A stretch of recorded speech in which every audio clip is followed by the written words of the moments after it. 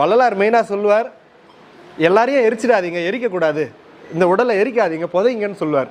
ஏன்னா இறந்த பின்னாடி இது கழுகு குத்தி சாப்பிட்டா கூட புண்ணியம், இது எரிச்சிடாதீங்க, இது வந்து சிவாலயம், இந்த உடம்பு வந்து சிவாலயம். உடம்புல 10 வாயுக்கள், தச வாயுக்கள் சேர்ந்தது நம்ம உடம்புல இருக்குது. அதில் 9 வாயு உயிர் போனோடனே போயிடும். 10வது வாயு தனஞ்சயன்ற ஒரு வாயு உடம்புலேயே இருக்கும்.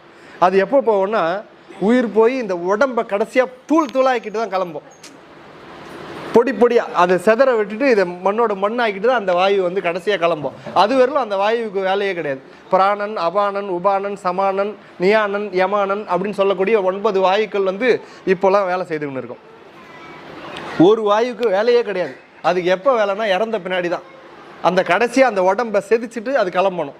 அதுக்கு தான் அந்த வாயு வெயிட் பண்ணின்னு இருக்கும். அது வந்து கேட்கும் ஒரு வாட்டியும், நான் இருக்கிறானா போயிட்டானா, இருக்கிறான், ரைட், அப்போ நம்மளுக்கு வேலை இல்லை, அப்பா கிளம்பிட்டானா.